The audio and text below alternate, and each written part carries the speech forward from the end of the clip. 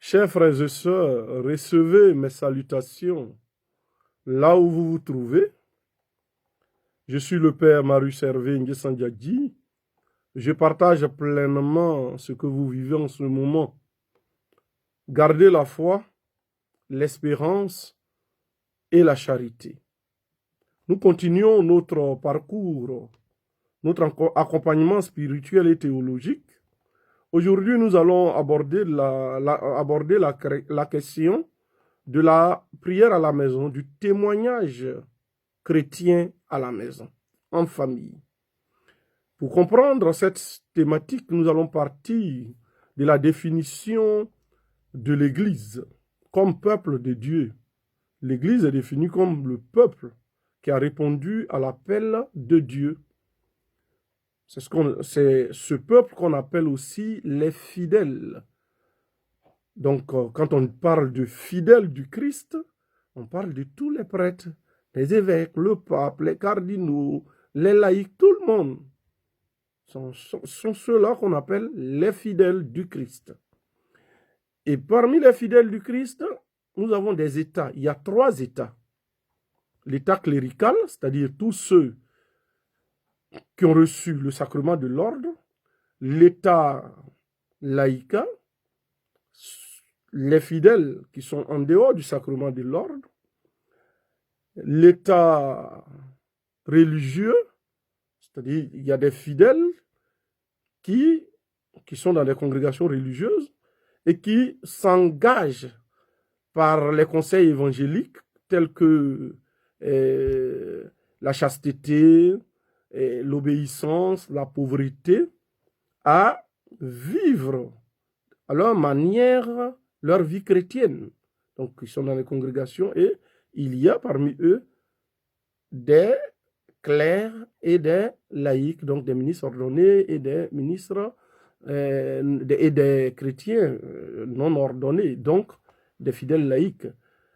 Donc voilà les 3 états. Mais ce qui est fondamental dans ces 3 états, c'est l'égalité à partir du baptême. Donc nous sommes tous égaux par le baptême. Je pense que c'est bien précis avec des termes simples. Et l'élément que je veux mettre en exergue, concerne l'état laïca, les laïcs, ceux qu'on appelle les fidèles laïcs. Quand on parle de fidèles laïcs, donc le laïca, ce n'est pas un état subalterne, c'est un état noble, important dans l'Église. Malheureusement, aujourd'hui, surtout, je prends le cas en Afrique, tout le monde veut être prêtre, tout le monde veut être évêque, tout le monde veut être diriger des communautés, des groupes de prière avec les communautés nouvelles et spiritualités nouvelles. Et on pense que être laïque, c'est être un sous-chrétien. Non. La vie chrétienne, on vit le christianisme d'abord en famille. La famille, comme je l'ai dit déjà une fois, c'est un sanctuaire. C'est la famille qui donne des prêtres. C'est la famille qui donne un pape. C'est la famille qui donne un évêque. Raison pour laquelle l'Église, la tradition de l'Église insiste beaucoup sur la vie de prière en famille. Et le Concile Vatican II revient plusieurs fois sur l'importance de la vie familiale. Vous savez, par le baptême, nous tous nous sommes prêtres, prophètes et rois. Les laïcs participent au sacerdoce commun, à leur manière. À leur manière, ils enseignent. À leur manière, ils vivent leur foi. Et le Concile Vatican II, à partir des numéros 30, numéro 30 jusqu'au numéro 37 de la Constitution dogmatique Lumen Gentium, qui parle des laïcs, invite les laïcs à vivre leur foi, leur témoignage chrétien dans la société et en famille. Quand on dit on est prêtre, prophète et roi par le baptême, c'est vivre sa foi, être témoin là où on est. C'est le laïc qui fait le pont entre l'Église et la société, entre le spirituel et le temporel. C'est le laïc qui est le premier témoin de la vie spirituelle en famille et dans la société. Si la vie spirituelle, la vie en famille, la prière en famille n'existe plus, on tue nos familles chrétiennes. Aujourd'hui, il y a un véritable problème. Nous prenons en Europe, en Occident par exemple, où la vie de prière à la maison est devenue difficile. Avec la société sécularisée, c'est difficile. En Afrique, avec l'effervescence spirituelle des groupes charismatiques, des communautés nouvelles, on abandonne beaucoup les familles et on est dans ce que j'appelle la spiritualité du dehors. On est plus dans les groupes de prière, dans des campagnes d'évangélisation, mais à la maison, il n'y a pas de prière. Et puis bon, souvent, monsieur et madame ne s'entendent pas trop. Madame est toujours dans les communautés, monsieur est toujours aussi parti.